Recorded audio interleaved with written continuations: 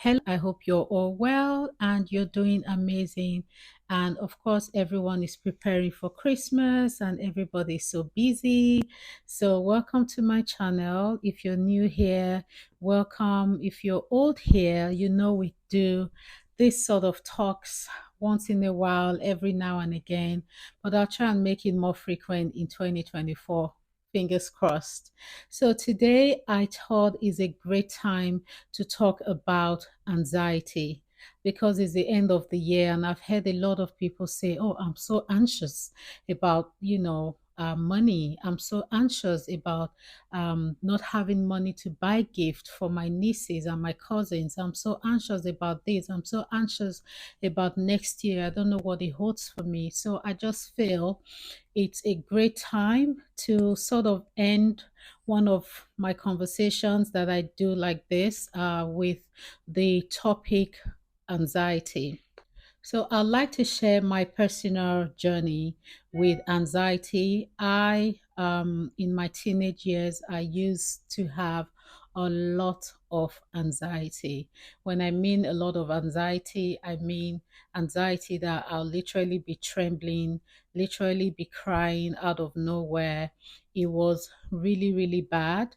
But over the past years, I have learned a lot about myself and I've learned how to sort of overcome my anxieties, what to do, when to take a break, when to pause. It has been a challenging journey, but one that has helped me to really grow from within, like the growth that I've had over the past years. I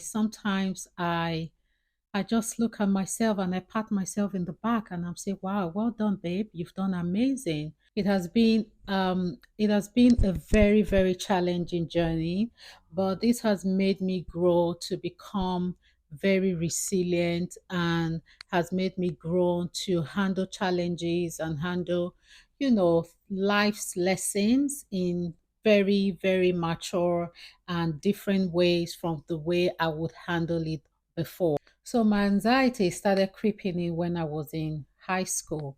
I would feel so anxious about everything. Exams, when we had to write exams, oh my God, I would be crazy. Like, even though I was very intelligent and one of the smartest one in my school, not just my class, my school, I still had a lot of anxiety around that. I think also being a perfectionist is not so good. It is good and it's not so good. And I have always been a perfectionist. I like everything to be done in a certain way. And sometimes that can make you have anxiety as well. I would feel overwhelmed with, little things, social gatherings, exams, and, just family stuff. At first, I tried to, brush it off and just take it as one of those things.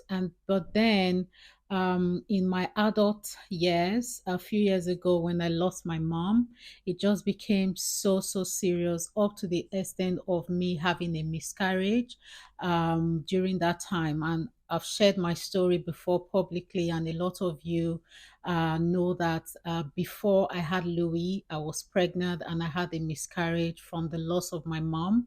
I just had so much anxiety during that period, and it was so, so bad, even more than it was during my teenage years. That one day I woke up and I called a friend of mine and I said, "Please, do you have any therapists you can recommend to me?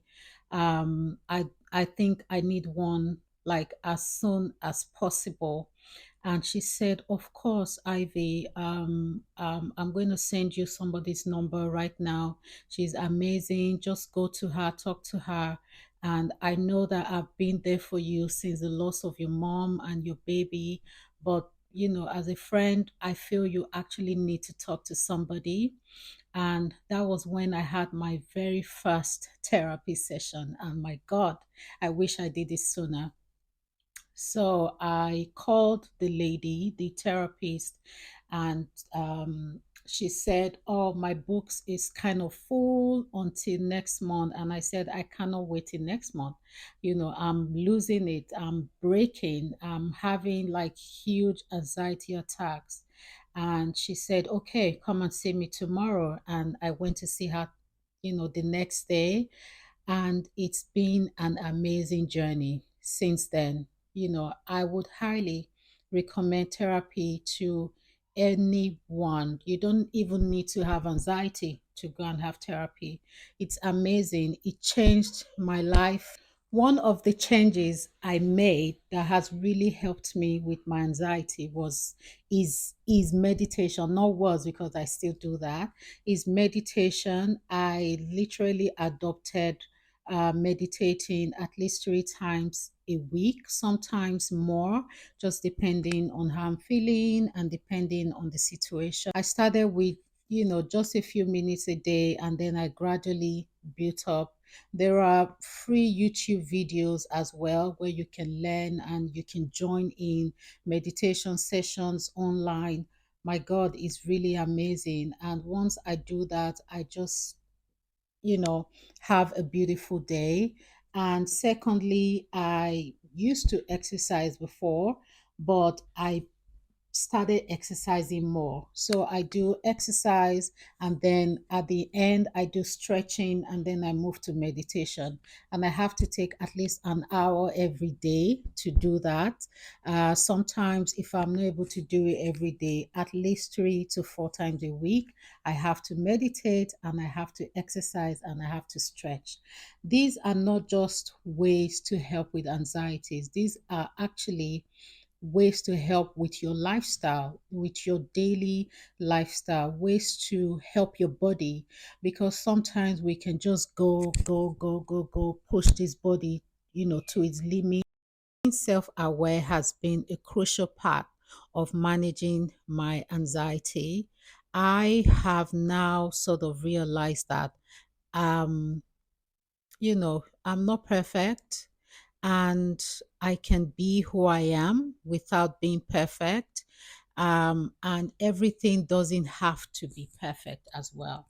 And I think this happens to a lot of us who are sort of perfectionists, and we want everything to be perfect. We want everything to be in a certain way. We want everything to, we sort of, when you're a perfectionist and you're a creative like me, the two just, you can lose your mind. It's crazy, to be honest with you. But now I'm just sort of enjoying my life day by day, and I'm taking people and I'm taking things, step by step, with what I see, with what they show me, with what I'm doing, with I've just sort of learned to relax and learn to step back just a little bit. And that, I think, I needed to do for myself. And it's, if you experience anxiety, I would suggest you do that as well. It's been a no-brainer. I'm being more mindful now of my thoughts. I'm being more mindful now of my emotions. I'm being more mindful now of just the things that I consume and just the people that I am around. And I have one thing that I've also notice has helped me a lot is I have sort of gravitated more towards people who are similar to me and people who communicate the way that I communicate. I am such a great communicator. I am the sort of person that I would always say, "What is it? What is going on? Let's talk about it." But I've come to realize over the years that a lot of people are not like that, and a lot of people have issues, personal issues that they haven't worked on. That rather than communicating, they give you the silent treatment. They're like, "Okay, you did something wrong that you don't even know you've done wrong." And rather than coming to you to say, "You've done this," or "You made me feel a certain way," they just choose to give you silent treatment. They stop talking to you, they stop calling you, they stop, and in the past I would go to them and I would say, "Oh, what did I do? You're not talking to me anymore. You're not, can we talk about it?" And I noticed that I will always be the one to start that conversation. But now I don't do that anymore. If you're angry and the best way that you feel is good for you to communicate that is a silent treatment, good, all well and good. I will stay silent as well, and you will stay silent as well. And over the years, I have just, gradually gravitated towards people who are great communicators and towards people who communicate similar to the way I communicate. And it just makes things easy. It makes life easier. You don't have anxiety. You're not thinking, oh, did I say something I'm not supposed to say? Did I do something I'm not supposed to do? Why is this person not doing this? Why am I not doing that? It's just, yeah, you just get clarity. And when you have clarity, your anxiety reduces a lot. Like you don't even have any anxiety. So just realizing that I am not able to control everything happening around me. I am only able to control my own response to those things has really, really helped um, with my anxiety and has really helped manage my anxiety and just my general well being. This has also allowed me to be more assertive and communicate my needs more, and also helped with my expectations of other people and what they expect of me. Lastly, I have learned that meeting people halfway has also helped with my anxiety. And I have learned to take the load off my shoulder by being everything to everybody and trying to be everything to me first so that I am then good enough to be, you know, um, a good friend, a better mother, a better wife, a good sister, and just, yeah, a good boss. And yes, and I have learned to sort of prioritize my needs first, and also learned to sort of give people the space that they need when I feel that they need space. And I have also learned to listen to my body and my mind and just realize when I need space as well. And I am being more mindful of my emotions. I'm being more mindful of my thoughts. I have been able to respond to them effectively and just let go of those that do not serve me. So that is just, that's just it.